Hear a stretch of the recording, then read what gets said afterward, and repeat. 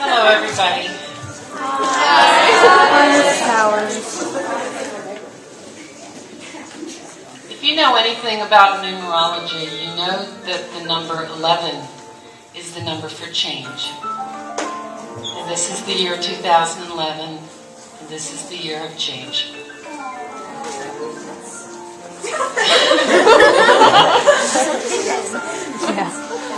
Foremost, my beloved students, friends, colleagues, parents.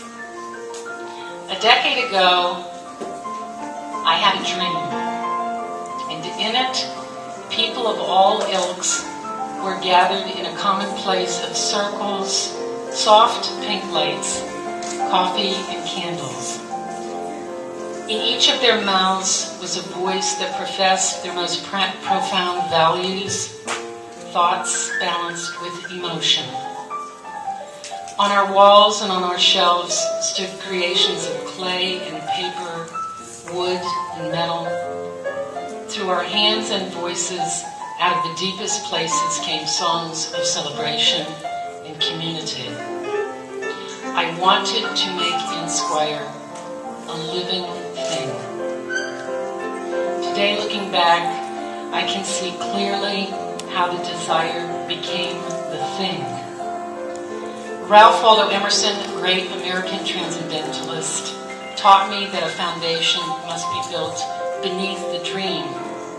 Thus, portfolios, introduction to poetry, and most affectionately, creative writing. These were spaces where each was invited to march to the beat of his or her own drummer. Only the legend of heaven has this annotated. All gray moves toward perfection. How the waves of good tidings allowed freshmen to step right up here to the microphone for the very first time, risking all to find voice and to deliver it.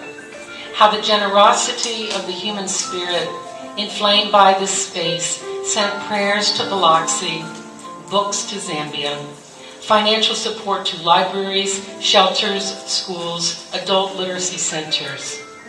How members of our community and other communities, poet laureates, governmental officials, parents, newspaper editors and journalists, photographers, students from across the globe and down the road entered that double aperture of the Sunny Shepherd lobby twice a year. It's funny how dreams begin. I walked through those doors in 1970 when this place was first erected and newly blessed. Who could have known how it would be transformed with so much life? I tell you, it is only God's abundant generosity that can create such things. For in Him, all things are possible. There are sundry memories from espousing heated literary criticisms in 111 to tromping through the party and dollar stores to find the perfect tablecloths and decorations cooperatively agreed upon by each year's staff. I can still smell the lavenders and lilacs, daffodils and hyacinths that often bedeck the piano, hauled in every spring. What a compliment to our staff that graduates always felt free to return and share their literary and musical talent. And it is with great and real gratitude that I thank my own children who generously provided art and music and sound equipment year after year, no matter the cost or inconvenience to themselves.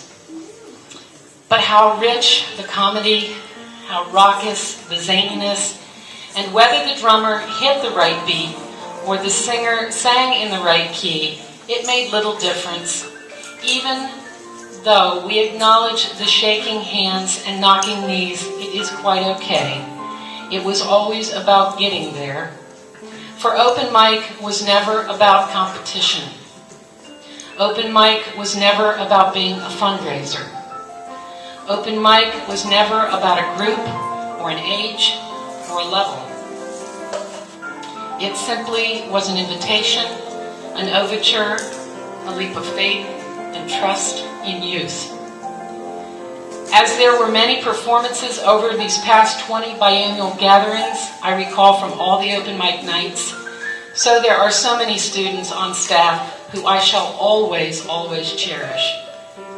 I wish to recognize all of the editors of the Insquire through my tenure as moderator, beginning with those of the most recent times.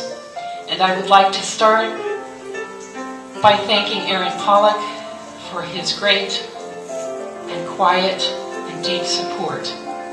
I would like to thank Tom Murphy and Jessica Martin for their empowering points of view and cooperation. Along with Kyle Ott, who for whatever reason did not accept my request to become senior faculty advisor.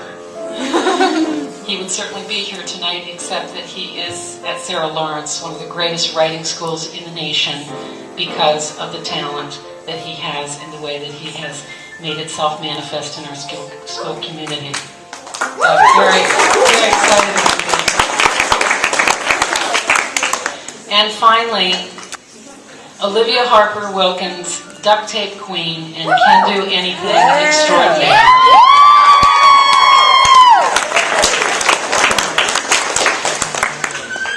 In closing, so much appreciation to Michael J. Hoover, third Poet Laureate of Hanover, for the original concept of open mic, and all our community poets. Thanks to my partners in crime and shares of the dream, Barbara Snyder, who cannot be with us tonight because she's been very ill, Brian and Lynn Yealy, who are my personal pep rallies throughout the years.